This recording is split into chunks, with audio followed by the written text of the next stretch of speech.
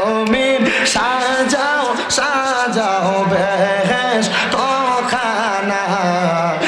ইমানদারগণ জুলুস করোনা।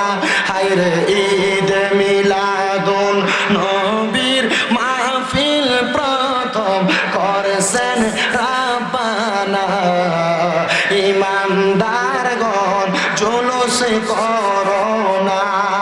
পাগল রে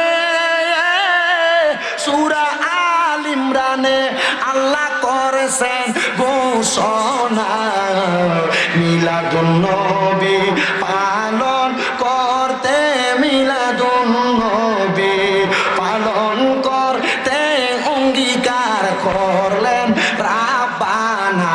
কিন্তু ডাব্লিউর দলে দলিল পড়ে না, বলেন ঈদ মিলাদুন নবীর মাহফিল প্রথম করেছেন রাব্বানা, ইমানদারগণ জুলুস করোনা। সবাই জোরে জোরে পড়ি আলহামদুলিল্লাহ। আল্লাহ আল্লাহ নয়নে নয়নে রাখিব ওরে মুর্শিদ তোমায় পাইলে, নয়নে নয়নে রাখিব মাশাআল্লাহ। নয়নে নয়নে রাখিব ওরে মুর্শিদ তোমায় পাইলে, নয়নে নয়নে রাখিব মারহাবা।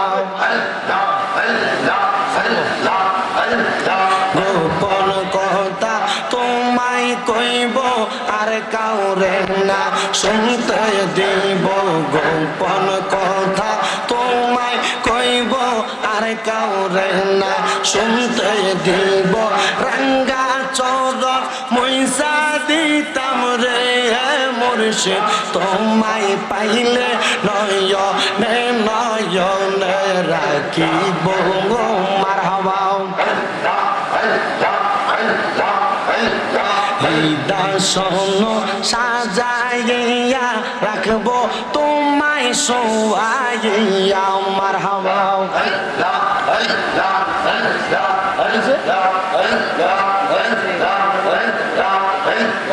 হৃদয় সাজাইয়া রাখবো তোমায় শোয়াইয়া, আর কাউরে না শুইতে দিতাম রে মুর্শিদ তোমায় পাইলে, নয়নে নয়নে রাখিব মারহাবা।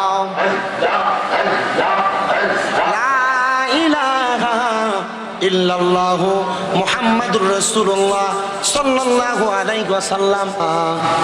সময় থাকতে মুর্শিদে ধরে জীবন কর সাধনা, আল্লাহুম্মা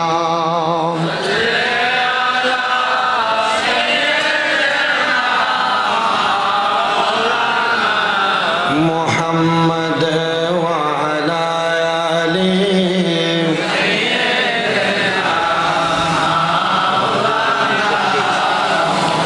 লা ইলাহা ইল্লাল্লাহ লা ইলাহা লা কালমা লা ইলাহা হাসবি রাব্বি জাল্লাল্লাহ। পড়েন মাফি লা, পড়েন হাসবি রাব্বি জাল্লাল্লাহ মাফি নূর মুহাম্মদ সাল্লাল্লাহ। পড়েন নূর মুহাম্মদ লা ইলাহা লা ইলাহা লা। আল্লাহ আদম হাওয়া বানাইলা, আবার বেহেশতের মাঝে রাখিলা, বলেন আদম লা। আল্লাহ বেহেশতের মাঝে রাখিলা, আবার হিকমতে গন্ধম খাওয়াইয়া দুনিয়াতে পাঠাইলা। লা ইলাহা ও লা ইলাহা ইল্লাল্লাহ ভাইরে অনেক দূরে মদিনা বন্ধু যার নাই কোনো তুলনা। আপনারা বলেন আলিকা মোড়ের বাবারা, আপনারা সবাই মদিনা যাইতে চান কি চান না? ও বাবা, কেন মদিনায় যাবেন? আল্লাহর নবী বলেন মানজারা কবরি ওয়াজাবাত লাহু শাফাআতি ইয়াউমাল কিয়ামাহ। নবী বলে উম্মত, যেই ব্যক্তি আমি নবীর রওজা জিয়ারত করল তার জন্য সুপারিশ করা আমি নবীর জন্য ওয়াজিব হয়ে যায়। ও বাবা, নবীর রওজা জিয়ারত করলে যদি নবী সুপারিশ করা ওয়াজিব হয়ে যায়, আমার আল্লাহর নবী নিজেই বলে আমার আল্লাহ তাআলা আমি নবীকে 7টা গুণ দিছে। এর মধ্যে একটা গুণ হলো মুস্তাজাবাতুদ দাওয়াত। আমি নবী কোন দোয়া করলে ওই দোয়াটা আমার আল্লাহ তাআলা সাথে সাথে কবুল করে ফেলে। আমি যদি আমার উম্মতের জন্য সুপারিশ করি আমার আল্লাহ তাআলা আমি নবীর সুপারিশটা কবুল করে নেবে। এই জন্য বলেন আমরা সবাই মদিনা যাইতে চাই কি চাই? যারা যারা যাইতে চাই ডান হাতটা সোজা করে আল্লাহর দেখাই, জবান খুলে জোরে একটা তাকবীর, নারায়ে তাকবীর, নারায়ে রিসালাত, নারায়ে গাউসিয়া, হাবিব রাজার আগমন, ঈদে মিলাদে জোরে বলেন মারহাবা। তাহলে মদিনা যাইতে চাই কি চাই না? তাহলে জবান খুলে জোরে জোরে পড়েন দয়াল আল্লাহ দয়া করো, দয়া প্রাণ নসিব করেন মদিনা। লা ইলাহা ইল্লাল্লাহ লা ইলাহা বন্ধু নামাজে রোজা চাইরো না, কেহ মা বাবার খেদমত চাইরো না, আমার নবীর দুরূদ বইল না, আমার নবীর দুরূদ বইল না, আমার নবীও তোমায় বলবে না। লা ইলাহা ইল্লাল্লাহ লা ইলাহা ইল্লাল্লাহু মুহাম্মাদুর রাসূলুল্লাহ সাল্লাল্লাহু আলাইহি ওয়াসাল্লাম। জবান খুলে উচ্চ কণ্ঠে জোরে পড়ি আলহামদুলিল্লাহ। মুহজ্জেজ সদরে মুহতারাম, কুমিল্লা জেলার অন্তর্গত চান্দিনা থানাধীন আলিকা মুরা উত্তর সরকারি প্রাথমিক বিদ্যালয় মাঠ প্রাঙ্গণে ইসলামিয়া সুন্নি সংগঠনের উদ্যোগে পবিত্র ঈদে মিলাদুন নবী সাল্লাল্লাহু আলাইহি ওয়াসাল্লাম উদযাপন উপলক্ষে ৪র্থতম আজিমুশান নুরানি মাহফিলের সম্মানিত সভাপতি মোহাম্মদ মনির হোসেন মনু সাহেব, সম্মানিত সহসভাপতি হাফেজ বিল্লাল হোসেন মুন্সি সাহেব, সম্মানিত প্রধান অতিথি উস্তাদুল উলামা হযরতুল আল্লামা কাজী মোহাম্মদ মফিজুল ইসলাম সাহেব বারাকাল্লাহু ফি হায়াতি, আল্লাহ হুজুরের হায়াতে বরকত দান করেন করেন আমিন। সম্মানিত বিশেষ অতিথি মোহাম্মদ মনির হোসেন সাহেব, মোহাম্মদ শফিকুল ইসলাম সাহেব সহ আমার পূর্বে মূল্যবান তকরির করেছেন মাওলানা আবুল বাশার ফারুকি সাহেব, মুবাল্লিগিন ওলামায়ে কেরাম, মাহফিল পরিচালনা করছেন মাওলানা আশিক আলাহি সাহেব সহ আমন্ত্রিত মেহমান, আমন্ত্রিত অতিথিবৃন্দ, বিশেষ করে আমার ডাইনে বামে সামনে মাইকের আওয়াজ যত দূর পর্যন্ত যাচ্ছে আমার দাড়িপাকা মুরব্বী বাবারা, যুবক নওজোয়ান ভাইয়েরা, ছোট্ট ছোট্ট মাসুম বাচ্চা, পর্দানশিনী আমার মা বোনেরা, সবাই আল্লাহ তাআলার শুকরিয়া আদায় করে জোশে গোশে উচ্চ কণ্ঠে মোহাব্বতের আওয়াজে পড়ি আলহামদুলিল্লাহ। আপনারা বলেন আলিকা মোরা এত সুন্দর জান্নাতের বাগান সাজানোতে আপনারা খুশি না বেজার? শুধু আপনারা খুশি না, আজকের মাহফিল হচ্ছে আপনাদের চাইতে বেশি খুশি এলাকার কবরবাসী। কেউ মাহফিলের বিরোধিতা করলেও খুশি, মাহফিলের পক্ষে থাকলেও খুশি, মাহফিলের পক্ষে থাকলেও কবরবাসী খুশি, বিপক্ষ থাকলেও কবরবাসী খুশি। যারা মাহফিল সাজাইছে আল্লাহ চাইলে এই মাহফিলের উসিলায় তাদের বংশের কবর আযাবও মাফ করবে, যারা মাহফিল নিয়ে বানচালের চেষ্টা করে তাদের কবররা বংশের কবর আযাবও মাফ করবে। তো আপনাদের কাছে আমার একটা আবদার, মনে রাখবেন এই দুনিয়ার জমিন আর আখেরাত দুইটা দুই রকম জিনিস। রঙের উপরের ডিব্বা দেখা যায়, রঙও দেখা যায়, কিন্তু রঙের ভিতরে যেটা চিকচিক করে এটা কিন্তু দেখা যায় না। ঠিক না? এজন্য আরবি একটা প্রবাদ বাক্য আছে, কামা তাদিনু তুদান, যেমন কর্ম তেমন ফল। আপনি মাহফিল সাজে, জান্নাতের বাগান সাজে ওয়াজ মাহফিল করে আল্লাহ আল্লাহ রসুলকে খুশি করতে চাইবেন, আল্লাহ খুশি হবে, আপনার বরকত দিবে। আর আপনি দুনিয়াবি কর্মকাণ্ড নিয়ে থাকবেন, আল্লাহ আপনাকে দুনিয়ার কর্মকাণ্ডে রাখবে। এবার বলেন, আমরা মাহফিল করে আল্লাহ এবং তার রসুলের সন্তুষ্টি অর্জন করতে চাই কি চাই না? মহাব্বতের আওয়াজে বলেন, চাই কি চাই না? এই জন্য উপস্থিত হাজিরিন, আপনাদের সবার কাছে আমার একটা আবদার, আমি ওয়াজ করি কম, কারণ আমার জ্ঞান কম, এলেম কালাম কম। মাত্র কুমিল্লা আলিয়া মাদ্রাসায় কামেল 2য় বর্ষে পড়ালেখা, প্লাস কুমিল্লা ইউনিভার্সিটিতে বাংলা অনার্স ফাইনাল ইয়ার। কিন্তু আমি যতটুকু চেষ্টা করি, আমার উস্তাদদের কথা চেষ্টা করবা মাহফিলে কমপক্ষে সর্বনিম্ন একটা সুন্নত মানুষকে শিখিয়ে দেওয়ার জন্য।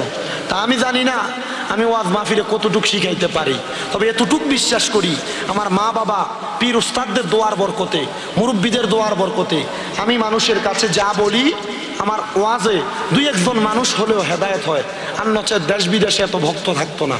আপনারা যারা আলিকামুরার মানুষ এখানে আছেন, আমি আপনাদের কাছে এসেছি, কোরআনের একটা আয়াত, নবীজির একটা হাদিস তেলাওয়াত করছি। ইনশাল্লাহ যে আয়াত আর যে হাদিস তেলাওয়াত করছি, দেখবেন এই আয়াত আর হাদিসের ওয়াজ আপনার এলাকার বহু মুরব্বী, মসজিদ কমিটি, বহু সর্দার, বহু মাতাব্বর, বহু এলাকার টাকাওয়ালার পয়সাওয়ালার উপরে পড়ব। আপনারা বলেন যে কোরআনের আয়াত আর হাদিস বলছি, এটা আমি বানায় বলছি না আল্লাহর কোরআন নবীর হাদিস থেকে বলছি? কোরআনের কথা আর হাদিসের কথা যদি কোনো নেতার বিরুদ্ধে, কোনো মসজিদ কমিটির বিরুদ্ধে, কোনো সর্দার মাতাব্বরের বিরুদ্ধে যায়, আপনার কোনো অসুবিধা আছে? আমি আগে আপনারা স্বীকার করে লইতেছি। এরপরেও যদি আগামীকালকে আলিকামুরার বাজারে বসে কেউ বলে যে না, ও সবই ঠিক করছে, শুধু সুদখুরারে কি লেগে ধুইয়া গেছে, এটা আমরা খুব খারাপ লাগছে, তখন কইবেন যে না না, আসলে তোমার খারাপ লাগছে না, তোমার লগে যে 2-3টা শয়তান আছে এটাই খারাপ লাগছে। কথা কোন ঠিক কিনা? এজন্য আপনাদেরকে নিয়ে আমি একটু বয়ান করব কোরআনুল কারীমের একটা আয়াতে কারিমার উপরে। আপনারা বলেন, আমরা ওই আয়াতে কারিমার বয়ান শ্রবণ করে আমলে জিন্দিগিতে বাস্তবায়ন করতে রাজি আছেন? কে কে হাত তুলে আল্লাহরে দেখান। আল্লাহ কবুল করেন, জোরে পড়েন আমিন। ওয়াজ শুরু করার আগে একবার দুরূদ শরীফ পড়েন, সালাতুনিয়া সালামুনিয়া।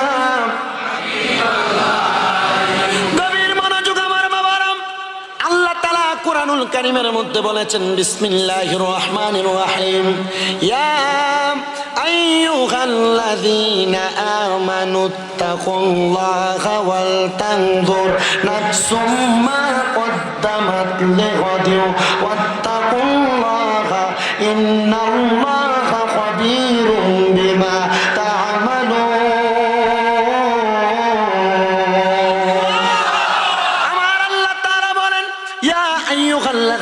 আমানু, ওহে যারা ঈমানদার, যারা ঈমান আনয়ন করেছো, ইত্তাকুল্লাহা, তোমরা আল্লাহ তাআলাকে ভয় করো।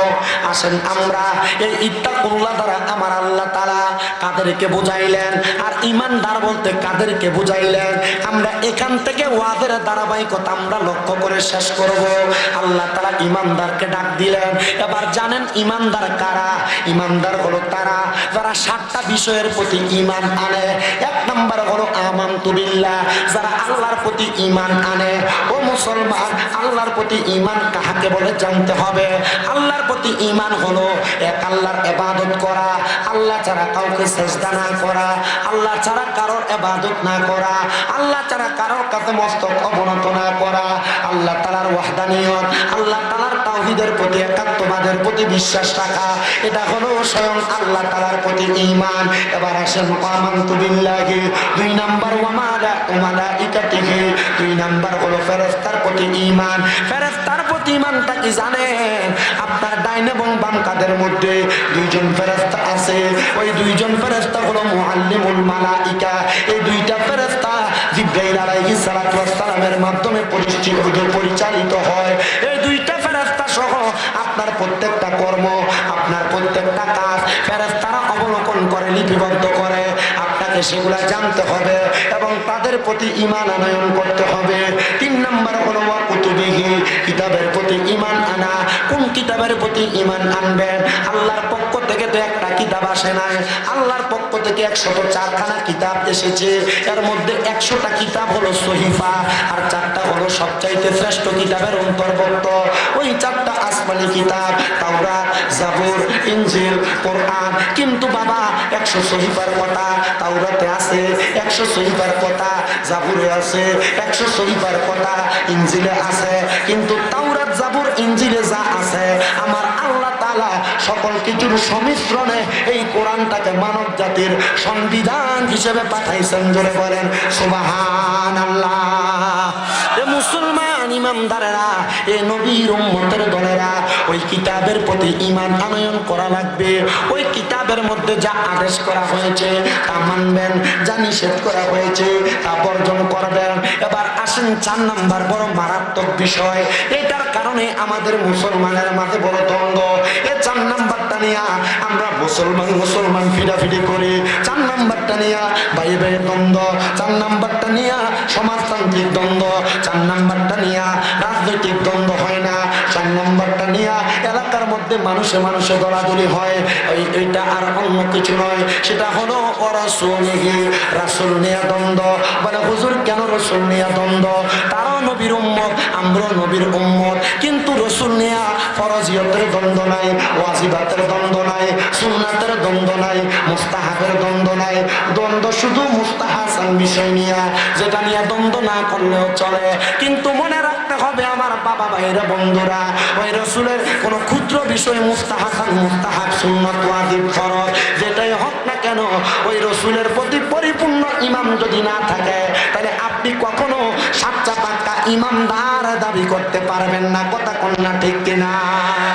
আমার মুসলমান, এরপরে আসেন ওয়া রাসূলিহি ওয়াল ইয়াউমিল আখিরি। 5 নাম্বার হলো আখিরাতের প্রতি ঈমান। এই আখিরাতের প্রতি ঈমান কোনটা? আপনি একদিন মরবেন, মরার পরে কবরে যাইবেন, কবরে যাওয়ার পর আপনার কবরে 2 জন ফেরেশতা আসবে সম্মানিত, তারা আপনার সওয়াল করবে, জবাব দেওয়া লাগবে। ওই কবরের মধ্যে আপনার জন্য হাসরের ময়দান আছে, আপনার জন্য ফুলসিরাত আছে, আপনার জন্য জান্নাত আছে, আপনার জন্য জাহান্নাম আছে। ওই আখিরাতে মাইনা আপনি যদি দুনিয়াতে নামাজ পড়েন, আপনি যদি দুনিয়াতে রোজা রাখেন, আপনি যদি দুনিয়াতে হজ করেন, আপনি যদি দুনিয়াতে যাকাত দেন, আপনি যদি দুনিয়াতে আল্লাহকে ভয় করেন, আপনি যদি পরের হক মাইরা না খান, আপনি যদি সুদ না খান, আপনি যদি হারাম না খান, আপনি যদি ঘুষ না খান, আপনি যদি পরের হক মাইরা না খান, আপনি যদি মিথ্যা না বলেন, আপনি যদি খারাপ কামে না যান, আল্লাহর নবী ডাক দিয়া কোন উম্মত, ও আমি নবীর উম্মতের দলেরা, এই আদেশ নিষেধ মাইনা আখিরাতকে ভয় কইরা কেউ যদি দুনিয়ার জীবন কাটাইতে পারে, তার আখিরাত হবে সুন্দর।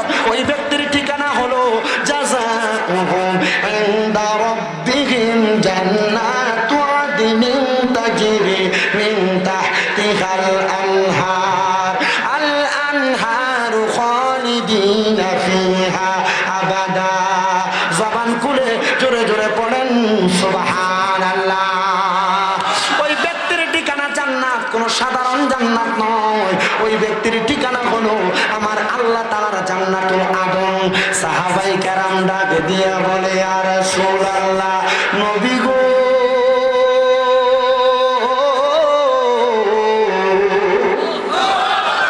ও দয়াল নবীজি, ওই জান্নাতুল আদনটা দেখতে কেমন? সুবহান। বাবা আপনি ঢাকা জায়গা কিনলেন চান্দিনা বাজার, জায়গার গন্ডা হলো 30 লাখ, না বেশি চলে? কত? 40-50 চলে না? জায়গার গন্ডা 50 লাখ। আপনাদের দিকে কয় শতকে গন্ডা? আমরা এদিকে এলাকে 30 লাখ, 2 শতকে গন্ডা, 2 শতকে, 2 শতকে।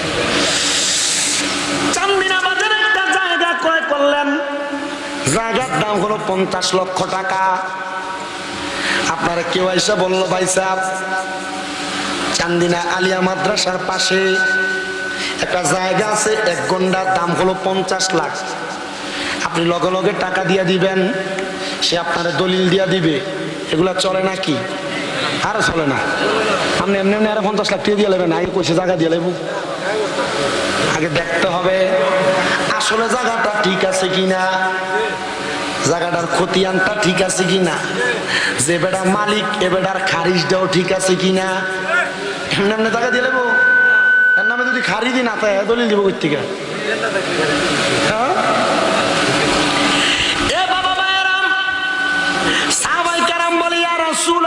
আপনি যে আমাদেরকে জান্নাতের আশা দেখান, তো ওই জান্নাতে যাব, জান্নাতটা কেমন আমরা তো জানতে বড় ইচ্ছা হয়। আপনার মনে হয় কষ্ট দিতেছে না? আব্বা একবার ভিক্ষা করবার লেগে গেছিল, ভিক্ষাতে করতে গেছে সুন্দর এক 10 তলা বিল্ডিং, লগে দিয়ে ভাঙ্গা টিনের ঘর। ভিক্ষা খোঁজে, আল্লাহর রাস্তায় কটা ভিক্ষা দেন, ভাঙ্গা টিনের ঘর লাগিয়ে ফাঁসটিয়ে ভিক্ষা দিচ্ছে। দোয়া করছে, আল্লাহ তুমি তারা লাখ লাখ টাকার মালিক বানাও। ভাঙ্গা টিনের ঘররা খুব খুশি হয়ে গেছে, মাগো লাখ টাকার মালিক বানাইলে তাহলে মোটামুটি আমার ঘরটারে একটু সুন্দর করা যাইব। তো পাশে 10 তলা বিল্ডিং, এনে যায় ভিক্ষা খুঁজে, আল্লাহর রাস্তায় ভিক্ষা দেন।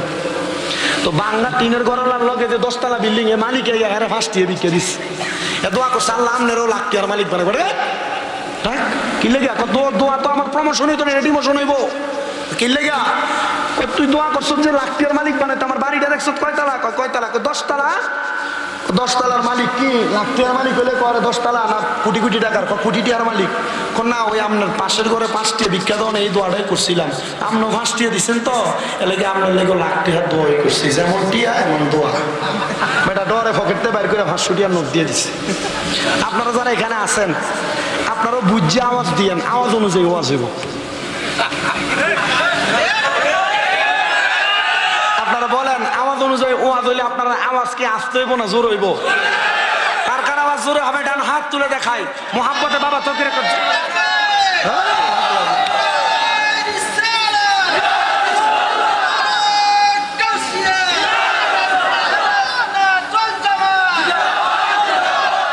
জোরে বলেন মারহাবা। তাহলে আমরা সবাই খুশি। সাহাবায়ে কেরাম বলি, ইয়া রাসূলুল্লাহ তো জান্নাতটা কেমন গো নবী? আমার নবী আবার আল্লাহ তাআলার কোরআনুল কারীমের এই আয়াত থেকে বলতেছেন, তাজরি বড় সুন্দর, তাহতিহাল আনহার, এত সুন্দর এটার নিচে দিয়ে একটা নহর প্রবাহিত হয়। সুবহানাল্লাহ। তাফসীর ইবনে কাসির কুমিল্লা আলিয়া মাদ্রাসায় কামেল প্রথম বর্ষ দ্বিতীয় বর্ষে পড়ানো হয়। তাফসীরে জালালাইন শরীফ আলিম ক্লাস থেকে পড়ানো হয়। ও বাবা, এই দুইটা তাফসীরের কিতাবে এই আয়াতে কারিমার একটা হাদিস উল্লেখ করেছেন আল্লামা ইবনে কাসির। কি করেছেন একটু মনোযোগ দিয়ে শোনেন।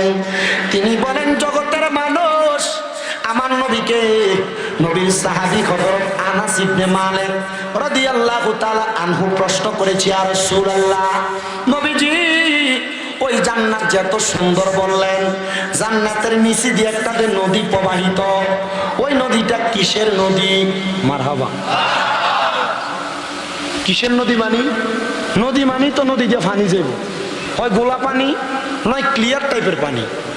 নবীজিকে সাহাবায়ে কেরাম প্রশ্ন করছে এটা কিসের নদী, তার মানে বোঝা যায় এটার ভিতরে একটা বেদ আছে। কথা কই না? আছে না নাই? সাহাবায়ে কেরাম বলে, ইয়া রাসূলুল্লাহ এই নদীটা কেমন নদী? আমার নবী বলেন, 1 নাম্বার এই নদীটা হলো ইন্না আতাইনা কাল কাউসার, কাউসারের পানির নদী। যেই পানি কেউ যদি একবার পান করতে পারে গো, তার হাসরের ময়দান কায়েম হওয়ার আগ পর্যন্ত, কিয়ামত হওয়ার আগ পর্যন্ত ওই ব্যক্তির পানির পিপাসা লাগবে না। সাহাবীরা কান্দে, ইয়া রাসূলুল্লাহ এই পানি কি আমাদের নসিবে আছে? এই পানি কি আমাদের ভাগ্যে আছে? না না না, এই পানি তোমাদের না নবী গো। কাদের?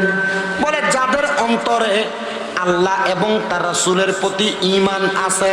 এ বাবা, আপনি বলতেছেন আল্লাহ রাসূলের প্রতি ঈমান আছে, কিন্তু আপনার এলাকার মধ্যে আল্লাহ রাসূলকে নিয়ে মন্তব্য করা হয়, বাজে কথা বলা হয়, রাসূলের শান ও আজমতের বিরুদ্ধে কথা বলা হয়, আপনার কোনো প্রতিবাদ নাই। আল্লাহর কসম, কোন মুসলমানের ভিতরে যদি যাররা পরিমাণ ঈমান থাকে, তার সামনে কোনো বেঈমান মুনাফিক রাসূলের বিরুদ্ধে বলতে পারে না, ইসলাম নিয়ে কটূক্তি করতে পারে না, কোরআন নিয়ে কটূক্তি করতে পারে না। আল্লাহ এবং রাসূল কোরআন নিয়ে যারা কটূক্তি করে এরা দুনিয়ার জমিনের মধ্যে লাঞ্ছিত, আখিরাতেও লাঞ্ছিত। এবার আপনারা বলেন, যারা আল্লাহ এবং তার রাসূলকে নিয়ে মন্তব্য করে এরা কি আসলে ভালো মানুষ না শয়তানের দল? আমরা আজকে এই কুমিল্লা জেলার অন্তর্গত চান্দিনা থানার আলিকামোড়া সরকারি প্রাথমিক বিদ্যালয় মাঠ প্রাঙ্গণ থেকে বাংলাদেশের উপদেষ্টা মণ্ডলীদের কাছে আমরা একটাই আবেদন করতে চাই, এখন থেকে বাংলাদেশের মধ্যে যদি কোনো মায়ের সন্তান আল্লাহর কোরআন নিয়ে বাদে মন্তব্য করে, রাসূল নিয়ে বাদে মন্তব্য করে, আল্লাহর কোরআনের আইন নিয়ে বিরুদ্ধাচারণ করে, আপনি অন্য কোনো শাস্তি দেওয়া লাগবে না। বাংলাদেশের জাতীয় মসজিদ বাইতুল মুকাররমের সামনে একটা মুনাফিক, একটা নাস্তিক, একটা বেঈমান রাসূলের ব্যাপারে বাদে মন্তব্য করনেওয়ালা, কোরআন নিয়ে বাদে মন্তব্য করনেওয়ালা, ইসলাম বিদ্বেষীকে ফাঁসি দিয়া দিবেন, দেখবেন আর কোন মায়ের সন্তান আল্লাহ নবী এবং ইসলাম নিয়ে বাদে মন্তব্য করার সাহস পাবে না। আপনারা বলেন, বাংলার সংসদে এমন একটা আইন বাস্তবায়ন হোক, আমরা মুসলমান সবাই চাই কি চাই না?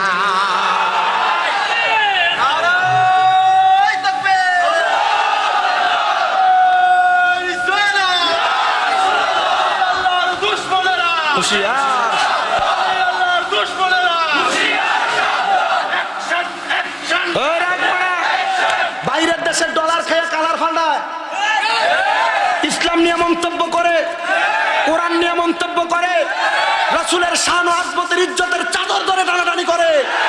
আমরা বাংলাদেশের মুসলমান যারা সুন্নি মুসলমান, আমরা চাই বাংলাদেশের সংসদে এমন একটা আইন বাস্তবায়ন হবে, আল্লাহ রাসূলের ইজ্জতের চাদর ধরে যারা টানাটানি করে এদেরকে বাইতুল মুকাররমের সামনে ফাঁসি দিয়ে এদের ফাঁসির কার্য রাষ্ট্র ফাঁসির কার্য বাস্তবায়ন করতে হবে। সবাই চাই কি চাই? একটারা ফাঁসি দিয়ে দিলে এরপরে আর একটা সাহস পাইতো না। তাসলিমা নাসরিনের মতো বেহায় মহিলা বাংলাদেশ ছাড়া লাগছে, কথা কয় না, ছাড়ে নাই। টাকলা মুরাদে বহুত কিছু করণের পরে এমপিত্ব বাতিল হয়েছে, কথা কয় না, কথা কয় না, হয়েছে না, হয়েছে না। আমাদের কথা হলো, আপনি রাজনীতি করেন, আপনার রাজনীতি আপনার কাছে, কারণ রাজনীতি আছে, রাজনীতি নাই, রাজনীতি আসবে, রাজনীতি যাবে। আল্লাহ আল্লাহ রসুল কি আসবে যাবে না থাকবে? এটা নিয়ে বাজে মন্তব্য করবেন, জিহ্বাটা এটা ছিঁড়ে ফেলা হবে।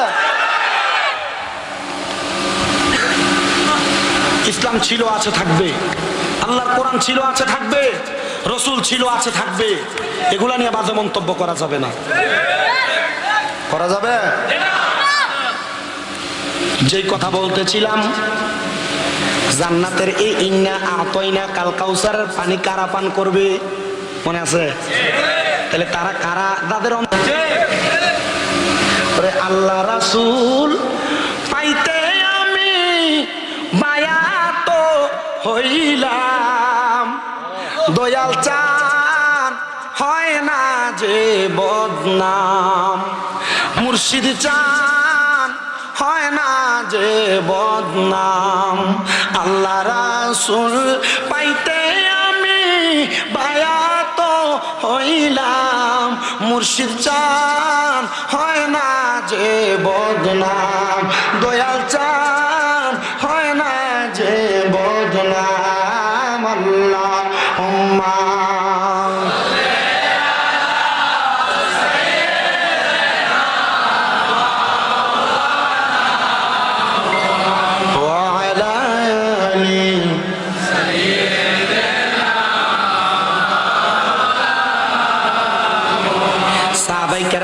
রাসূলুল্লাহ তাফসীর ইবনে কাসির থেকে আয়াতে কারিমা সূরা বাইয়িনার শেষ আয়াতের তাফসীরের হাদিস উল্লেখ হয়েছে, যেটা সাহাবায়ে কেরাম বলে, ইয়া রাসূলুল্লাহ, ইয়া হাবিবাল্লাহ, নবী গো, এবার আপনি বলেন না জান্নাতের 1 নাম্বার পানি না ইমানদাররা খাইবো, তাহলে আরেকটা কি আছে? আমার নবী বলে, এবার আছে জান্নাতের পানি সারাবান তাহুরা, বড় পবিত্র পানি। ইয়া রাসূলুল্লাহ, নবী গো, ওই জান্নাতের পানি কারা পান করবে? এবার আবার নবী বলতেছে, ওই জান্নাতের পানি তো তারা পান করবে যারা কখনো হারাম খাবার খায় নাই, যারা কোনোদিন সুদ খায় নাই, যারা কোনোদিন গোশ খায় নাই, যারা কোনোদিন পরের হক মাইরা মাইরা খায় নাই। এবার আপনারা বলেন, আমাদের এলাকায় এমন বহু লোক আছে যারা সুদের টাকা খায়, যারা গোশের টাকা খায়, যারা পরের হক মাইরা মাইরা খায়। এবার আপনারা বলেন, এমন সুদখোর ঘুষখোর সমাজের মধ্যে আছে না না? আবার বহু এলাকার মধ্যে মসজিদ কমিটির সভাপতি বানায় সুদখোররে।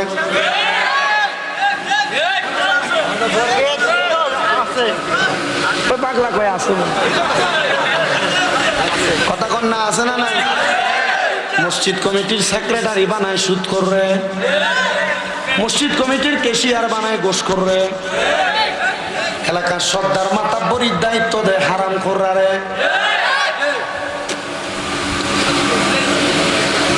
আছে আছে কইতাছি, শুধু একটু সময় দেন।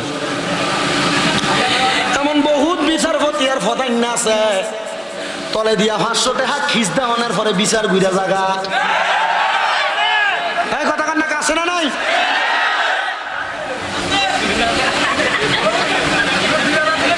কত দিল সারে? আপনি 2000 করছেন, 500 টাকার উপরে ধরি না। ছোট্টার দল এলাকায় এমন অনেক ফাতি নেতা আছে যারা মাত্র 10 টাকার এক কাপ চায়ের কাছে বেশ হয়ে জায়গায় আসেনি।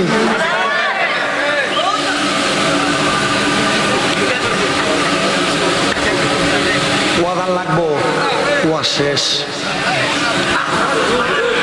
ও মুসলমান, যদি হারাম খায়া থাকো, সুদের টাকা খায়া থাকো, গোশের টাকা খায়া থাকো, পরের হক মাইরা খায়া থাকো, সাবধান সতর্ক, সুদের টাকা খায়ও না, পরের হক মেরা খায়ও না, হারাম টাকা গোশের টাকা খায়ও না। যদি এটা করো, আমার আল্লাহ তাআলার কাছে জবাব দেওয়া লাগবে। বলে হুজুর কেমনে, কিভাবে জবাব দেওয়া লাগবে? ও নবীর উম্মত, আশিক রাসূল, আমার ভাই বাবারাম, জবাবটা এভাবে দিবা। রহমাতুল লিল আলামিন নবী আমার বলতেছেন, যদি কোনো মানুষ সুদ খায়, যদি কোনো মানুষ ঘুষ খায়, কোনো মানুষ হারাম খায়, আমি নবী মেরাজে যাওয়ার পরে আমি তাকে দেখলাম এক জাতের মানুষ জাহান্নামের মধ্যে, যাদের পেটটা কাল বুয়ুতিন ঘরের মতো। কিসের মতো? কথা কয় না, কিসের মতো? কাল বুয়ুতিন ঘরের মতো। নবী গো, তারা কারা? বলে সুদখোর যারা, ঘুষখোর যারা, হারামখোর যারা, তাদের পেটটাই কাল বুয়ুতিন ঘরের মতো। ও দয়ার নবী, বুঝতে পারলাম ঘরের মতো। আর কি অবস্থা? বলে তাদের পেটের মধ্যে বড় বড় সাপ আর বিচ্ছু তাদের কলিজাতে কামড় দেয়। সুদখোরেরা সুদ খাইবি, খাইতে থাক, তবে কবরে গেলে পেটটা ঘরের মতো যায় রোগা, হাঁটতে পারবা না। কবরের মধ্যে পেটের মধ্যে তোমার সাপে দংশন করবে, চলতে পারবা না।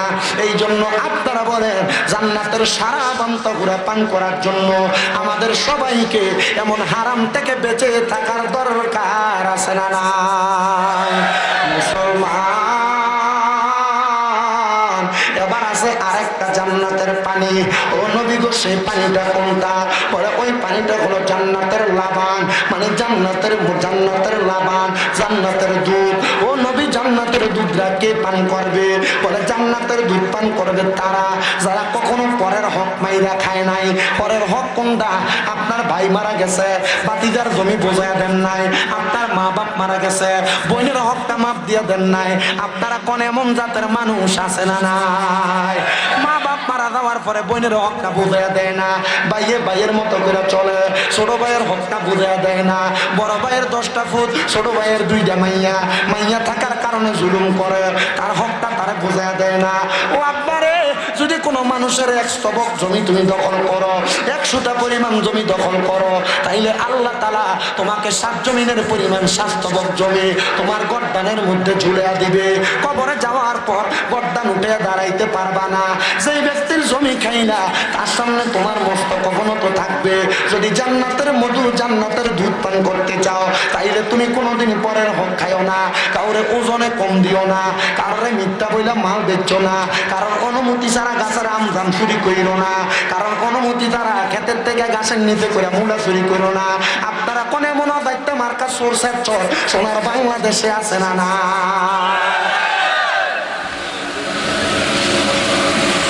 কষ্ট হইতেছে আপনারা?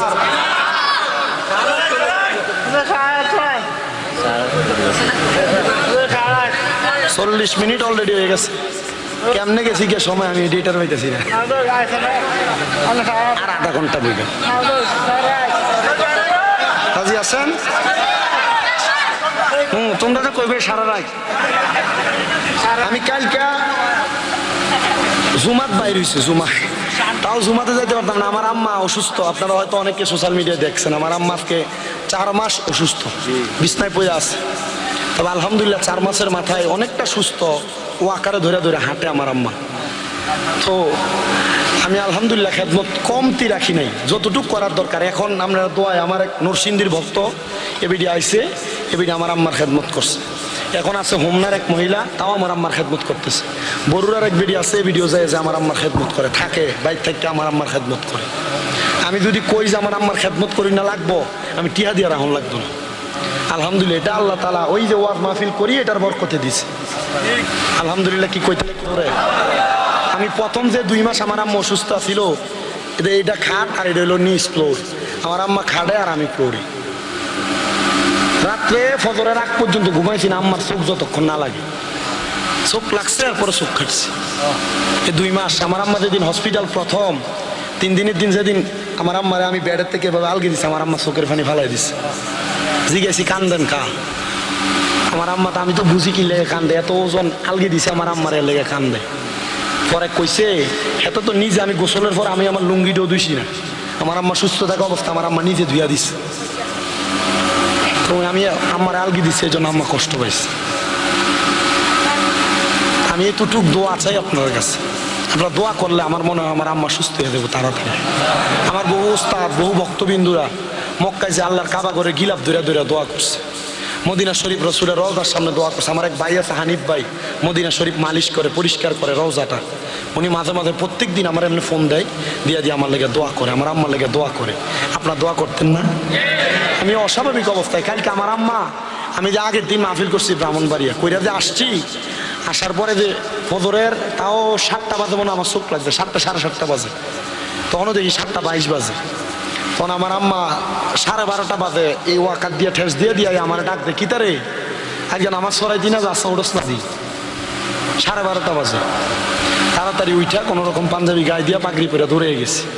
জুমা শেষ কইরা, মসজিদের দাওয়াত শেষ কইরা, আবার জুলুসা ছিল কুমিল্লা টাউন হলে, এই জুলুসে গেছি। এখান থেকে আইয়া মসজিদে জুমা মিলাদুন্নবীর মাহফিলা ছিল, শেষ করছি। কইরা আগে যে মসজিদে নামাজ পড়াইতাম হজরত পাড়া, ওই এলাকায় মিলাদুন্নবীর মাহফিল শেষ করছি। যাই আবার ওই আম্মুর লগে কথা কয়ে ঘুমাইতে ঘুমাইতে ফজরের পর আজকে ওইটা আবার শাহপুর দরবারের জুলুস, রেজবিয়া দরবারের তারা করছে। এই জুলুসে এখান থেকে শরিক হইয়া আপনার রেহান আইসি। শরীরের একটা ধারাবাহিকতা আমি শুনছি, মাওলানা আবুল বাশার ফারুকী সাহেব ওয়াজ করে, এবার বয়স বুড়া গলা জোয়ান। আর আমি বেশি বেশি ওয়াজ করতে করতে আমার বয়স জোয়ান গলা বুড়া, আমার বয়স জোয়ান গলা বুড়ো হয়ে গেছে। প্রত্যেক দিন মাহফিল করিয়া কুলায় না শরীরে। তবু আল্লাহ তাআলা যতটুক দিছে আমি চেষ্টা করি অল্প সময় মানুষকে 2-1টা কথা বলতে। আপনারা বলেন এতক্ষণ পর্যন্ত যে কথাগুলো বলছি, এই কথাগুলোর উপর যদি আমরা আমলি জিন্দেগিতে বাস্তবায়ন করি, আমরা মরার পরে জান্নাত পাওয়া নিশ্চিত না? ও আজকে এমনি সাজানো লাগে মিয়া? আপনার এলাকায় মসজিদ কয়টা? আলিকামুরা বহুত মসজিদ আছে না? আলিকামুরা বতলা মসজিদ প্রতি জুমাই ইমাম সাহেব কোনো না কোনো বিষয়ের উপর ওয়াজ করে। আপনারা যদি ইমাম সাহেবের আলোচনা করা এই বিষয়গুলোর উপর আমল করতেন, আলিকামুরা একবার বান্দা, একবারে বান্দা থাকতেন, আল্লাহর বন্ধু হয়ে যেতেন আর আল্লাহর ওলি হয়ে যেতেন। এখন তো ওলি হয়েছেন না, কারণ ওয়াজ করে ঠিক, এখান দিয়ে ঢুকান ওইখান দিয়ে বাইর করেন, অলির নামে বলি হয়ে বই রয়েছেন, একটা আমল করে না। আপনারা বলেন আমরা সব ওয়াজ মাহফিলগুলা আমলে জিন্দেগিতে বাস্তবায়ন করার দরকার আছে না? না তাহলে পরের হক খাওয়া যাবে, জমি দখল করা যাবে, ওজনে কম দেওয়া যাবে, কারোর গাছের ফল ফুল নিজে নিজে সিরিয়াল হয়ে চলে যাওয়া যাবে। সাবধান, সতর্ক আমার মুসলমান। এই জান্নাতের নদীর মধ্যে 4 প্রকারের পানি প্রবাহিত হয়। ওই জান্নাতের মধু তারা পান করবে যারা কখনো দুনিয়ার জমিনের মধ্যে নেশা করে নাই, নেশা।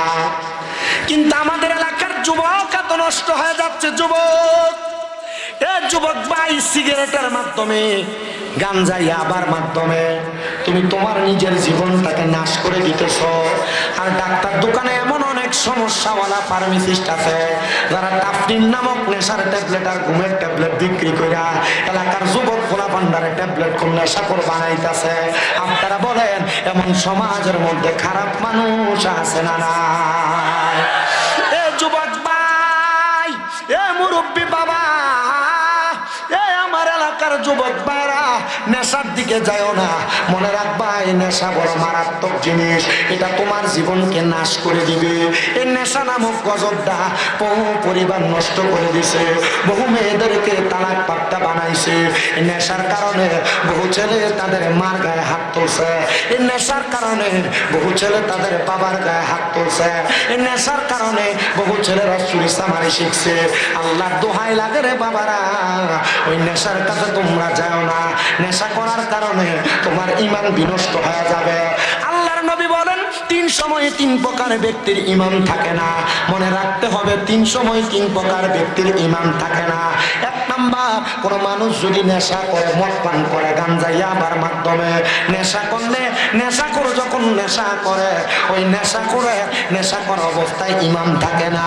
যতক্ষণ পর্যন্ত সে কালেমা না পড়ে ততক্ষণ পর্যন্ত তার ঈমান তার কাছে ফিরে আসে না। এই জন্য আপনাদেরকে মনে রাখতে হবে, যারা নেশা করে তাদের ঈমান থাকে না। তাহলে যারা বেঈমান তার লগে আমার কোনো সম্পর্ক নাই। কিন্তু অন্তর ফোলাফান সম্পর্ক করতে যাইয়া নেশা করতার লগে করে, ইয়াবা করতার লগে করে, ফেন্সিডিল কোরআন ট্যাবলেট করতার লগে করে। কারণ কি? বলে নেশা করে লগে কেন সম্পর্ক করলা? বলে তার লগে এলাকায় যদি একজন লাগে তাহলে সে ফোন করলে 10-12-15টা মোটরসাইকেল লই আইয়ে তারপর কইয়া ঝগড়া করবার লাগা। দেখবেন এক একটা চেহারা গান জুটির মতো দেখা যায়। কথা কোন এমনও আছে না নাই? তাহলে নেশা করে ঈমান কি আছে না গেছে? তাহলে নেশা করে সাথে আমাদের কোনো সম্পর্ক, কথা কোন না সম্পর্ক? পোলাপান, মুরব্বী, যুবক ভাই যারা সিগারেট খায়, সিগারেট, এই ব্যাপারে একটা সতর্কবাণী দিয়ে দেই। ইনশাল্লাহ সিগারেট খানা আশা করি বন্ধ হবে। আমি বহু সিগারেট খুরদের কাছে অবজারভেশন করছি। আমি চিন্তা করে দেখছেন আমি কি জিনিস লয়ে অবজারভেশন করছি? বহু সিগারেট খুররার লগে অবজারভেশন করছি। আমার লগে দাখিল পরীক্ষা দিয়ে এরপরে পড়ালেখা বন্ধ হয়ে গেছে এমন বহুত যুবক আছে। আমি আমার লগের কয়েকটা যারা সিগারেট খায় এটি শিখেছি। আমি রাস্তা দিয়ে আসি মাঝে মাঝে, মোটরসাইকেলে থাকলে যদি দেখি যে সিগারেট খায়, এরা আমার দেখলে মোটর সিগারেটটা এমনি সিপ দিয়ে মোড়ে লয়ে এলা। আমি দিয়ে গেলাম, তুই সিগারেট খাস কি লেগে, কি মজা পাস? এটা তো ধোঁয়া, এছাড়া কিছু আছে? আমার একটা উত্তর দিছে, দোস্ত রে দোস্ত, এই সিগারেট খেলে একটা কবুতর খেলে যে শক্তি, একটা সিগারেট খেলে শক্তি।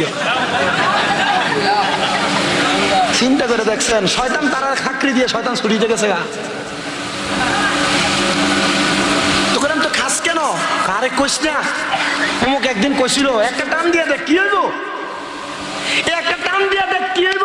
তোমার দোস্ত যে তোমার সিগারেট ধরাইছে, এরপরে যদি ফেমিকার লগে ঝগড়া হয়, সিগারেটটা ছাড়া তার রাত্রে ঘুম হয় না। আরেক জাতের খাচ্চর বেড আইতেছে, যেটি বাথরুমে বইয়ে বইয়ে সিগারেট খায়। কি কথা কন না কা আসেনি? শাস্তাগঞ্জ রেল স্টেশন 2017 সাল ডিসেম্বর মাস আমি ওয়াজ করি তখন থেকে। তো আমি ওয়াশরুমে গেছি, ওয়াশরুম থেকে বাইর হইয়া হওয়ার সময় দেখতেছি যে উপর দিয়ে ধোঁয়া বাইর হয়। হ্যাঁ, প্রথম চিন্তা করছি, মনে মনে আসছে না ঘুমটা ঘুম লাগছে। পরে না বুঝলাম যে বাথরুম হয়তো কেউ সিগারেট খায়। আমি কাজ একটা লোক পাইছি, একটু সিগারেট লই। আর আমি দাঁড়ায় রইলাম, বেড়া বাইরে নাম, কাকা আমি কি সিগারেটটা বাথরুমে ভেবে খাইছেন? হ। আমি বললাম ইয়া এক লোক বাদ যদি দেখাই তার নাম নেই না, এটা তো ভাবতাম না। তো খান কিনলে যা সিগারেট না কাকা, ওই সিগারেটটা খাইলে বাথরুমটা ক্লিয়ার হয়।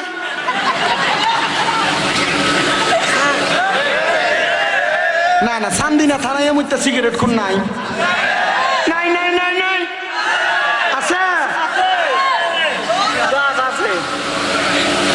শুনেন, যারা সিগারেট খান, বিড়ি খান, আপনারা শুনেন আল্লাহর নবীজির হাদিস শরীফ। নবী বলেন, তোমরা যদি জাহান্নামী মানুষ দেখতে চাও তাহলে তোমরা তাদের দিকে তাকাও যাদের মুখের মধ্যে আগুন থাকে, আগুন।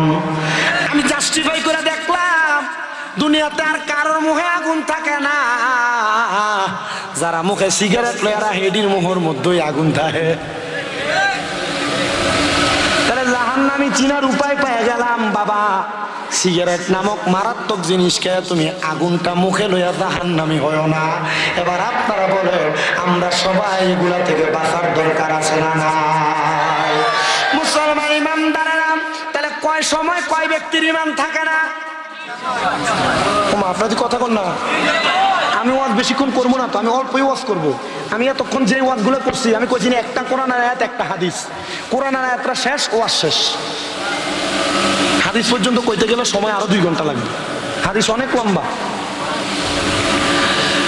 তাহলে 1 নাম্বার, কোন নেশাখোর যখন নেশা করে তার কি থাকে না?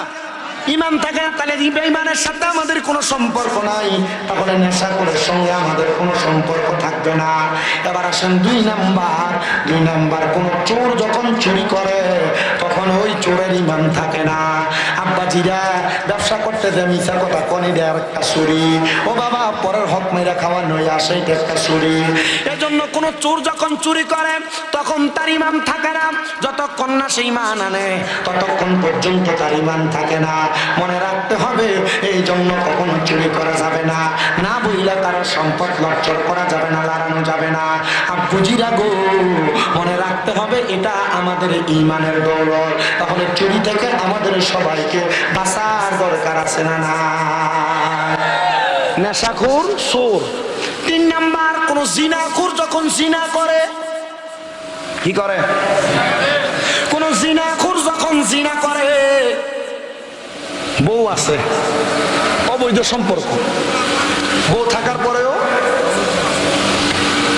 কোন জিনাখোর যখন জিনা করে, এ জিনা করার কারণে, জিনা করার সময় তার ইমান থাকে না। এ বাবা, এ চান্দিনা আলিকা মুরার বাবারা, এজন্য এই পত্র থেকে আমাদেরকে পয়সা থাকা লাগবে। যতক্ষণ পর্যন্ত কালিমা না পড়ে ততক্ষণ পর্যন্ত তার ইমান তার কাছে ফিরে আসে না। এবার আপনারা বলেন, আমাদের সবাইকে এই 3টা কাজ অর্জন করার দরকার আছে না নাই? তো বলছিলাম আখিরাতের কথা, আখিরাতের মধ্যে আল্লাহ তাআলা জান্নাত দিবে, ওই জান্নাতের নিয়ামতের কথা। এবার আসুন বাবারা, ওই আখিরাতের প্রতি ঈমানের পরে আল্লাহর নবী বলেন, ওয়াল ইয়াউমিল আখিরি ওয়াল কদরি খায়রিহি ওয়া শাররিহি। আরেকটা বিষয় হইল তাকদীরের ভালো এবং মন্দর প্রতি ঈমান আনা। আপনি এলাকার মধ্যে বাস করেন, আপনার ডাইনে একজন বাস করে, আপনার বামে একজন বাস করে, ওয়াল কদরি খায়রিহি ওয়া শাররিহি, তাকদীরের ভালো এবং মন্দের প্রতি ঈমান হইল আপনি মাসে 300 টাকা কামাই করেন, কিন্তু আপনার ছোট ভাই মাসে 3000 কামাই করে, আবার আপনার আরেক ছোট ভাই বিদেশ যায় মাসে 3 লাখ কামাই করে। আপনি কইতেছেন আল্লাহ তার দিকে তাকায়, তার দিকে তাকায়, আমার দিকে তাকায় না। আল্লাহ তো চাইলে আমারও সম্পদের মালিক বানাইতে পারত। আব্বাজি মনে রাখবা, এমন চিন্তা যখন তোমার ভিতরে আসবে ঈমান দুর্বল হয়ে যাবে। যদি তুমি 300 টাকা কামাই করো বলবা আলহামদুলিল্লাহ, 5000 কামাই করো আলহামদুলিল্লাহ, আর 5 লাখ কামাই করো আলহামদুলিল্লাহ। এবার আপনারা বলেন, আল্লাহ আমাদেরকে যতটুকু দান করেছেন আমরা সবাই ততটুকুর উপর সন্তুষ্ট থাকার দরকার আছে না নাই? এ মুসলমান ইমানদার, এ নবীর উম্মতের দল, মিনাল্লাহি তাআলা ওয়াল বাসি বাদাল মাউত। আরেকটা হলো আমার আল্লাহ তাআলা আমাদেরকে মৃত্যুবরণ করার পরে আবার ইন্তেকালের পরে আমাদেরকে উত্তোলন করবে, কবর থেকে বের করবে আমাদের হিসাব নিকাশ করার জন্য। আমাদেরকে সেটার প্রতি ঈমান আনয়ন করা লাগবে। এবার আসেন, কেন লাগবে, কেন লাগবে, কেন লাগবে? কারণ আমার আল্লাহ তাআলা আমাদেরকে যে জান্নাত দিবে, জান্নাতের এত নিয়ামত দিবে, এগুলা পাওয়ার জন্য তো যোগ্যতা পাওয়ার দরকার। সাহাবায়ে কেরাম প্রশ্ন করি, ইয়া রাসূলুল্লাহ ওই যোগ্যতাটা কি আপনি বলেন না? আল্লাহর নবী বলে রাদিয়াল্লাহু আনহু ওয়া রাদু আন, ওই যোগ্যতা হলো আল্লাহ আল্লাহকে সন্তুষ্ট করা লাগবে, আর আমার আল্লাহ তোমার প্রতি সন্তুষ্ট হওয়া লাগবে। আল্লাহরে কেমনে সন্তুষ্ট করবা?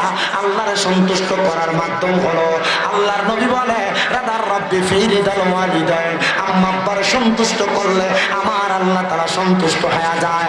এ বাবা, এ নবীর উম্মতের দলেরা, এই জন্য সবাই আম্মা আব্বারে সন্তুষ্ট করবা।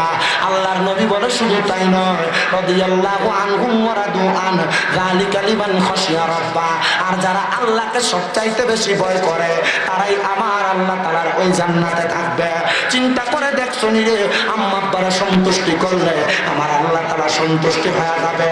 কিন্তু আজকের এই আলিকা মুরার মাহফিলে হয়তো এমন অনেক সন্তান বসেছে তারা বউয়ের কথা শুই না মারে ধমক দেয়, বউয়ের কথা শুই না বাবারে বাদ দেয় না, মা বাপরে জুদা করে দিছে। আপনারা বলেন বর্তমান সমাজে এমন কাহিল পরিস্থিতি আছে না? না, হে আলিকা মুরার বাবা, কষ্ট দিস না রে, আব্বারে ধমক দিস না রে, তাদেরকে জুদা করিস না রে।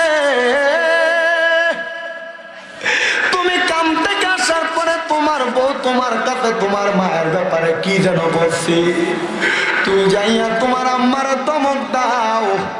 সন্তান তোমার পায়ের মধ্যে হাত জোর করে দইরা বলি রে, ওই মারে তুই কষ্ট দিস না। আল্লাহর পরে নবী আমার, আল্লাহর পরে নবী আমার, তারপরে মা জননী, মা যে আমার নয়নের মনি, মা যে আমার নয়নের মনি।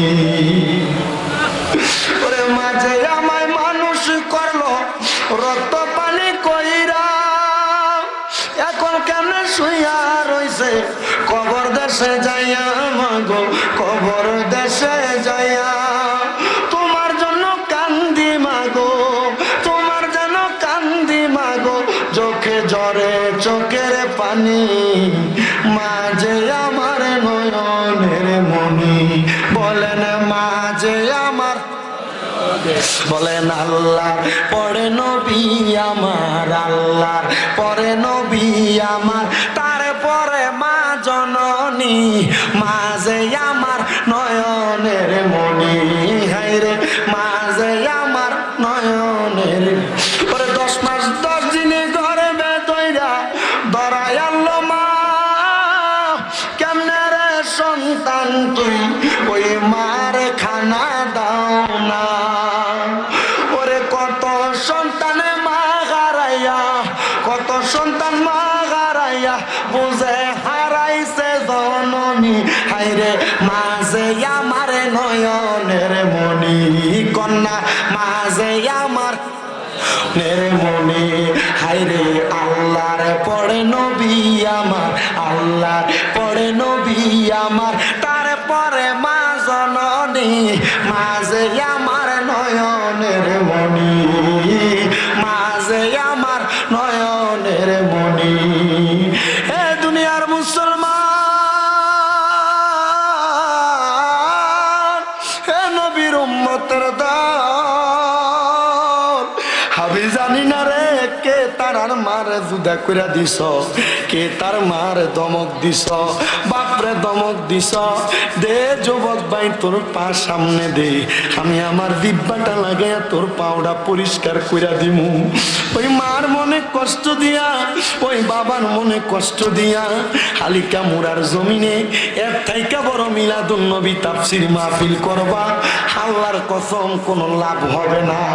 যদি তারারে খুশি করতে পারো রে, তোমার জীবন ধন্য হইয়া যাবে। আমি জানি না রে কারা জানি তারার মা বাবার মনে কষ্ট দিছে। যদি সুযোগ পাও রে, ওয়াদা করো রে, এখান থেকে বাড়িতে যাইয়া মা বাবার পা সিয়া সিয়া মাপ চাইবা। যতক্ষণ পর্যন্ত তোমার মা তোমার বাপ মুখ দিয়া বলছে মাফ করে দিছি, ততক্ষণ ততক্ষণ পর্যন্ত মা বাবার পাও চাইরো না। কেন জানোনি? মা বাপ যদি মাফ না করে আমার আল্লাহ তোমারে মাফ করবে না। মা বাপ যদি ক্ষমা না করে আল্লাহ তোমারে ক্ষমা করবে না। আমি জানি না সন্তান তোমরা তোমাদের মা বাবার পাশিয়া মাফ চাও কিনা। জানো রে ও আলিকা মুরার বাবারা, আমি শুধু মা বাবার পাশিয়া মাফ চাই না, আমি মাঝে মাঝে সুযোগ পাইলে আমার মার পায়ে চুমা দেই, আমি সুযোগ পাইলে আমার আব্বার পায়ে চুমা দেই। আমি আমার এলেমের জোর দিয়া ওয়াজ করি না, আমি ওয়াজ করি একমাত্র আমার মা বাবার দোয়ার বরকত দিয়া, আমার মা বাবার দোয়ার বরকত দিয়া। অনেকে চিন্তা করে হুজুর মাফ চামো দূরের কথা, আমি 2 ঈদের সময় মা বাবার পাশিয়া সালাম করি না। এ সন্তান, হে নবীর উম্মতের দল, সালাম করো কিনা জানি না। আল্লাহর নবী কয় যদি সুযোগ পাও মাঝে মাঝে আম্মা আব্বার কদমের মধ্যে চুমা দিও। কেন জানো? কেন জানো রে বাবা? ওই মা বাপ তোমার জান্নাত, মা বাবার তোমার জাহান্নাম। ওই মা বাবার মনে কষ্ট দিয়া জান্নাতে যাইতে পারবা না, জাহান্নাম অবধারিত। মা বাপরে খুশি করলে জান্নাতে যাইবা, এটাই তোমার নিশ্চিত। ওয়াদা করো না আম্মা আব্বার পায়ে ধরে মাপ চাইবা। কিন্তু অনেক সন্তান চিন্তা করে হুজুর যারার বাড়িতে মা আছে তারা বাড়িতে যাইয়া মার পায়ে ধরে মাপ চাইবো। আমার তো মা নাই, আমি কার পায়ে ধরে মাপ চাইবো? হুজুর যারার বাড়িতে বাবা আছে তারা বাড়িতে যা বাবার পায়ে ধরে মাপ চাইবো। হুজুর আমার তো আব্বা নাই, আমি কার পায়ে ধরে মাপ চাইবো? ও সন্তান বুইলা গেছো, আব্বা ক্ষেতের মধ্যে উঠইয়া হইয়া রোয়া লাগাইতে লাগাইতে আব্বার মাজা ব্যথা হয়ে গেছে। আব্বা কাম করতে করতে আব্বার শরীরটা দুনায় গেছে। রাত্রবেলা পাউডারে কাঠের লগে আসারে ওই আব্বা যে কবরে গেছে, কোনোদিন ওই আব্বারে ভালোবাসো এই কথাটা মুখ দিয়া বলছো নি? ভালোবাসি তোমায় বাবা, বুকটা যে যাইছি রে, তোমার কথা হৃদয় মাঝে পড়ছে বারে বারে। বাবা গো ও বাবা, বাবা গো ও বাবা, বাবা তুমি কেমন আছো ছোট মাটির ঘরে, তোমার কথা হৃদয় মাঝে পড়ছে বারে বারে। বাবা গো ও বাবা, বাবা গো ও বাবা, দরজাটা খুলতে খেয়ে যাই ধোকা, বাবা বুঝি বলছে এলে নাকি খোকা। বুকের ভিতরটা লড়ে চড়ে উঠে সবাই আছে, শুধু বাবা নেই, শুধু বাবা নেই। মুরব্বী বাবারা, প্রথম মাইক ধরার সময় প্যান্ডেল যেমন ছিল এমন নাই। এখন আর কারোর মুখের মধ্যে কথা নাই, একটাই মাত্র কারণ, এখানে অনেক সন্তানেরা বসছে যারা বাপ মা ঈদের দিনে নতুন কোনো জামা কাপড় কিনে নাই। তুমি সন্তানরে আব্বা আম্মা নতুন জামা কাপড় কিনে দিছে। বাবারে যদি প্রশ্ন করত আপনি যে নতুন কোনো জামা কাপড় পরেন না, বাবা এক বাক্য উত্তর দিত এখন কি আর আমরা ঈদের বয়স আসেনি? আর যে তুমি লাখ লাখ টাকার মালিক রে, কিন্তু তুমি তোমার আব্বার 500 টাকা দিয়ে একটা লুঙ্গি কিনা পরাইতে পারো না। পরাইবা কেমনে বাবা? তোমার আব্বা জান কবরের বাসিন্দা। আল্লাহর নবী এই জন্য বলে ওয়াইকরামু সাদিকিহিমা, তোমাদের মা বাবার বন্ধু বান্ধব যদি থাকে, মার বয়সী কোনো মুরব্বী মহিলা যদি থাকে, বাপের বয়সী কোনো মুরব্বী পুরুষ যদি থাকে, তোমরা তাদেরকে এদের মতো সম্মান করবা, তাদেরকে তোমার মা বাবার মতো ইজ্জত করবা। যদি করতে পারো আল্লাহ তাআলা তোমার মা বাবার কবরে নাজাত দিবে। সাহাবায়ে কেরাম নবীকে প্রশ্ন করি ইয়া রাসূলুল্লাহ হাল বাকিয়া মিন বিররি আবওয়াইয়া শাইউন আবার রুহুমা বিহি বাদা মাউতিহিমা। নবী গো আমার তো মা মরে গেছে, মা বাপ মারা যাওয়ার পরে আমাদের কোনো দায়িত্ব আছে কিনা? আমার নবী কয় নাম, হ্যাঁ দায়িত্ব আছে ইয়া রাসূলুল্লাহ। দায়িত্ব কি? বলে 1 নাম্বার আসসালাতু আলাইহিমা, মা বাপ মারা যাওয়ার পর সন্তানের 1 নাম্বার দায়িত্ব তার মা বাবার জন্য দোয়া করা। কিন্তু আমরা এলাকা এমন ফিতনা দিয়া পড়ে গেছে, জানাজার পরে দোয়া করব দূরের কথা, লাশ লইয়া দৌড়ানি মারি। মিশকাতুল মাসাবিতে হাদিসুল লাক আল্লাহর নবী বলেন, ইজা সাল্লাইতুম আলাল মাইয়িতি ফাখলিসু লাহুদ দুআ, ইজা যখন সাল্লাইতুম তোমরা নামাজ আদায় করো, আলাল মাইয়িত মৃত ব্যক্তির জন্য, ফাখলিসুদ দুআ অতঃপর খালেস নিয়তে তার জন্য দোয়া করো। কই নবী তো এই হাদিসে মাটি দেওয়ার পরে দোয়ার কথা কয় নাই, নবী কইছে জানাজার নামাজ পড়ার পরে দোয়া করার জন্য। আল্লাহর দোহাই লাগে, মা বাপ মইরা যাওয়ার পরে তোমার কাছে টাকা পয়সা ধন সম্পদ চায় না, আব্বাজিরা আম্মা আব্বার জন্য একটু খাস করে দোয়া করবা। সাহাবায়ে কেরাম বলে নবী গো আর কি দায়িত্ব? বলে ওয়াল ইস্তিগফারু লাহুমা, আম্মা আব্বার জন্য ক্ষমা প্রার্থনা করা।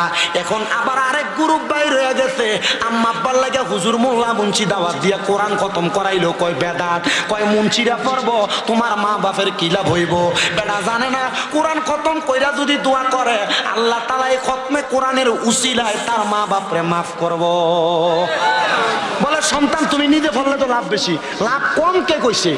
সন্তান করে দোয়া করব, আলেম ওলামারে দিয়ে পড়ানোর কারণ আল্লাহর কসম আপনারা এলাকার হুজুরের লোক আমার দেওয়া হয়েছে না।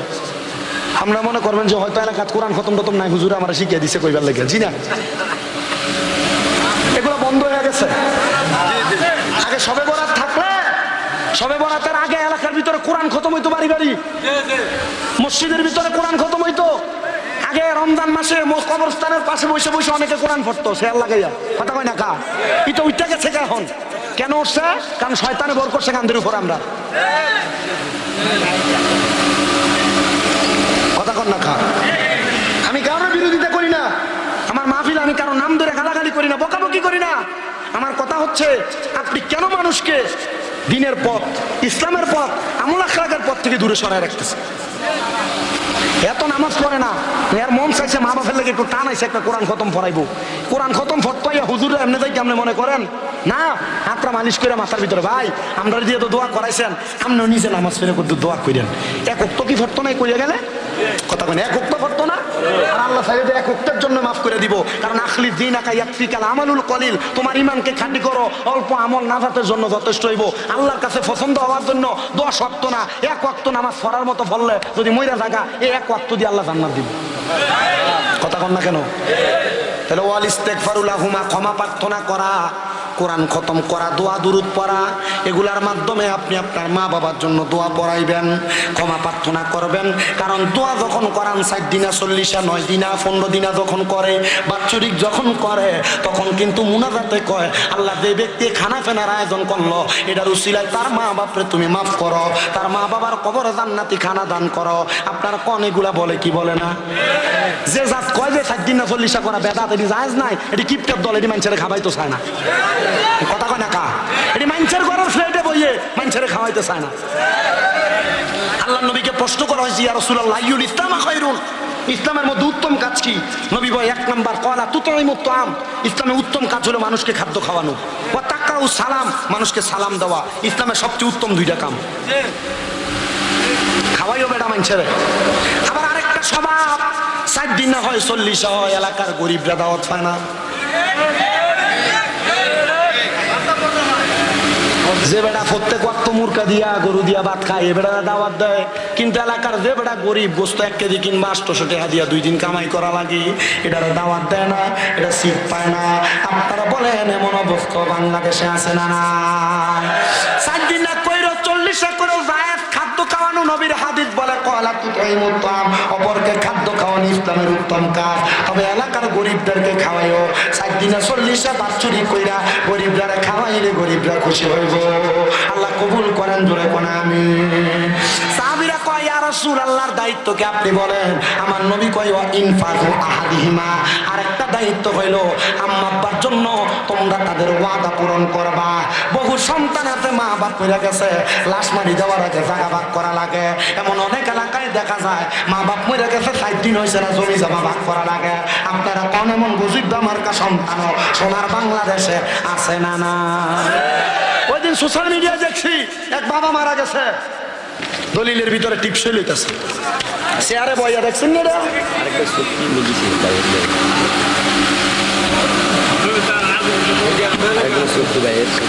সব এলাকাতে আছে, পুরা শরীরে চুলকানি, মলম কোন দিয়ে লাগাবেন? যেটা সুফি সাহেব সাদা পাঞ্জাবি লাগে ইমাম সাহেবের পিছনে দেয় নামাজ পড়ে, খবর লয়ে সানে বেটার বেডি বেফরদা ভাবে সান্দিনা বাজারে ঘুরে। এমন বহুত মুসল্লি আছে না নাই?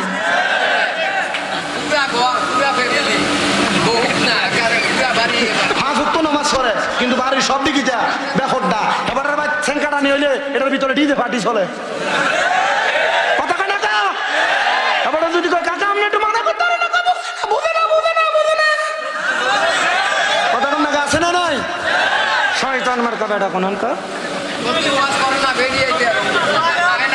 হ্যাঁ, একবার মাহফিলে দাবাত দিয়ে আমরা সব ওয়াজ খুলে দেখবেন না।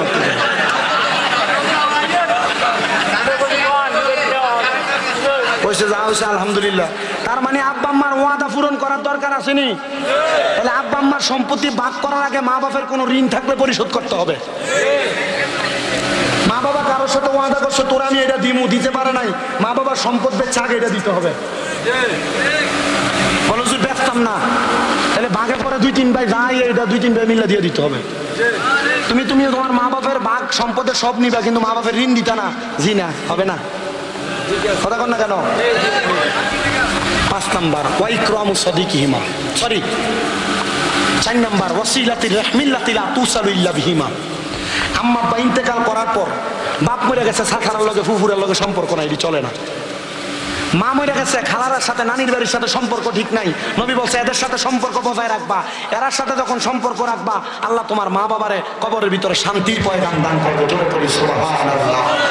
আর 5 নাম্বার ওয়াইক্রামু সাদিকিহিমা, ওই যে ওয়াজে বলছি মা বাবার বয়সী মুরব্বীদেরকে, মা বাবার বন্ধু বাপে এক লগে চা খাইতো এবার লগে, এবারে মাঝে মাঝে দেখলে এক কাপ চা খাবাইবা, মাঝে মাঝে দেখলে একটা লুঙ্গি কিনা দিবা, দেখলে আব্বার নাম না মনে করে একটু সালাম দিবা। বলে এরা যদি খুশি হইয়া দোয়া করে আল্লাহ তাআলা আব্বা আম্মার বন্ধু বান্ধবের রুহানি দোয়ার কারণে মা বাপরে মাফ করে দেয়। আর জোরে কোন সুবহানাল্লাহ। একটা কোরআনের আয়াত সূরা হাসর থেকে আপনাদের, সরি একটা কোরআনের আয়াত, সূরাটার নাম মনে পড়তেছে না, আপনাদের কাছে তেলাওয়াত করে সম্পূর্ণ ভঙ্গানুবাদ তাফসীরের আলোকে আমার জ্ঞানে যা আছে আপনাদেরকে বলেছি। আপনারা আমল করবেন। মিলাদুন নবীর মাস, রহমতের নবী আসতেনে ধরায়, আসুন সবাই ওই নবীকে দাঁড়ায় সালাম জানাই। ফিসে যে কথা কয়ে দিবেন যে হুজুর কয়ে গেছে, ফিসে যে কথা কয় মুনাফিক।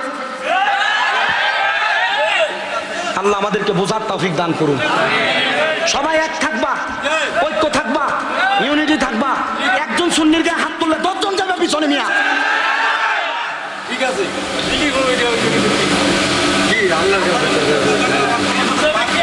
আমাদের ঐক্য নাই বিদায় বিভিন্ন জায়গায় মাথার গুলা ভাঙতেছে। সুন্নির ঐক্য হয়ে যান, রেজবিরা রেজবির মতো, মান্ডারিরা মান্ডারির মতো, শাহপুরীরা শাহপুরীর মতো। এই আলাদা আলাদা থাকার কারণে আমাদের এই অবস্থা। এক এবং নেক হয়ে যান। কোন মাজার, কোন আল্লাহর ওলিদের ব্যাপারে বাজে মন্তব্য করবে, তারা তার কোরআন মন্তব্য দলিল না দিতে পারলে বাইন্দা রাখবেন, আমাদেরকে খবর দিবেন, আমরা দলিল দিব, তখন তারা আমরা জুতার মালা গলায় দিয়ে রাস্তায় ঘুরামু। কথা ঠিক আছে না? আমরা মাজারপন্থী কিন্তু কোন শিরিক বেদাতের পক্ষে না।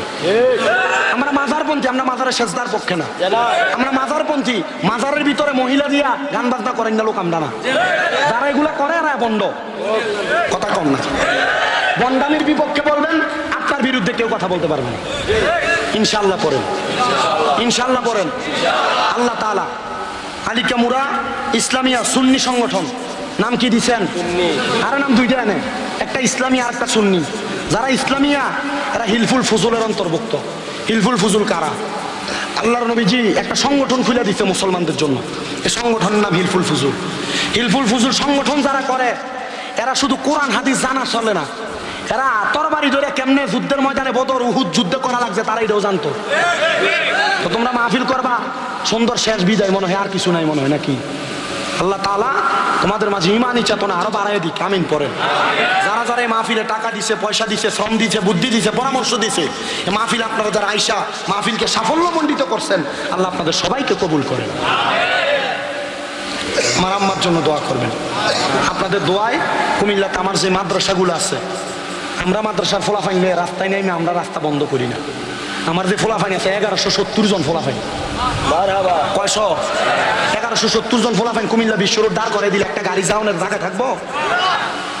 আমার ফলাফাইন নিয়ে আমি কখনো নামি নাই, শুধু গতকালকে জশ্নে জুলুসের ভিতরে নামাইছি, এই প্রথম। আমি আমার পোলাপান নিয়ে রাস্তা দিয়ে কখনো যদি কোনো জায়গায় দাওয়াতে লইয়া যাই, আলহামদুলিল্লাহ মানুষ তাকায় থাকে। আমার জন্য পীর মাসে একজন দোয়া করে, আমার মাদ্রাসাগুলোর জন্য দোয়া করবেন। আর আপনারা ফুতে জিয়ে থাকলে মহিলা মাদ্রাসা আছে, অসুবিধা নেই, একবার সেফটি, জেলখানার মতো বাইরে কোনো সুযোগও নাই। বলে হুজুর আমার ফুতে 6-7টা মাদ্রাসা ফলাইছে, 9 মাদ্রাসা ফলাই আমার মাদ্রাসা হাফেজ সাহেব হইছে, এমন রেকর্ডও আমার মাদ্রাসাত আছে।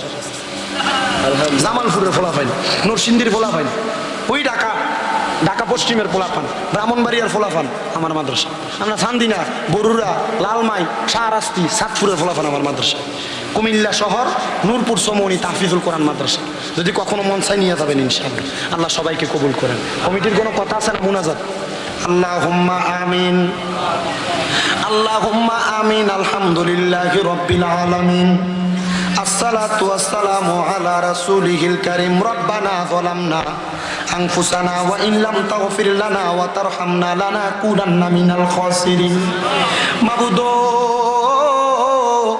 ও দয়াল আল্লাহ, এই কুমিল্লা জেলার অন্তর্গত চান্দিনা থানাধীন আলিকামুরা উত্তর সরকারি প্রাথমিক বিদ্যালয় মাঠ প্রাঙ্গণে আলিকামুরা ইসলামিয়া সুন্নি সংগঠনের উদ্যোগে পবিত্র ঈদে মিলাদুন নবী সাল্লাল্লাহু আলাইহি ওয়াসাল্লাম উদযাপন উপলক্ষে 60তম বাৎসরিক আজিমুসান নুরানি মাহফিল সাদাইয়া আমার সঙ্গে ওলামায়ে কেরাম, হুফাজে কোরআন, দাড়ি পাকা মুরব্বী বাবা, যুবক নওজোয়ান ভাইয়েরা, ছোট ছোট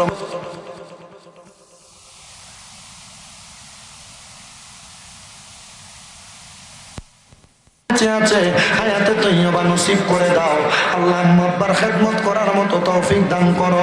এই আলিকামুরা ইসলামিয়া সুন্নি যুব সংগঠনের ভাইরা এত সুন্দর জান্নাতের বাগান মাহফিল সাজাইছে আল্লাহ। যারা টাকা দিয়া, পয়সা দিয়া, শ্রম দিয়া, বুদ্ধি দিয়া, পরামর্শ দিয়া, মাইক দিয়া, লাইট দিয়া, প্যান্ডেল দিয়া, মিডিয়ার ভাইয়েরা সহ সম্মানিত শ্রোতা মণ্ডলীরা হাত বাড়াইছে, প্রত্যেককে তোমার দরবারে কবুল মঞ্জুর করে নাও আল্লাহ। ফরিয়াদ জানাই তোমার দরবারে।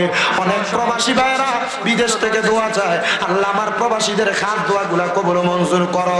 প্রবাসীদের কামাইয়ের যে হায়াতের দিকে বরকত দাও রব্বুল আলামিন। বিশেষ করে মাহফিলের সম্মানিত সহসভাপতি হাফেজ বিল্লাল হোসেন মুন্সি সাহেব দোয়া চাইছে, অসুস্থ, শেফে আদলা কামেলা নসিব করে দাও।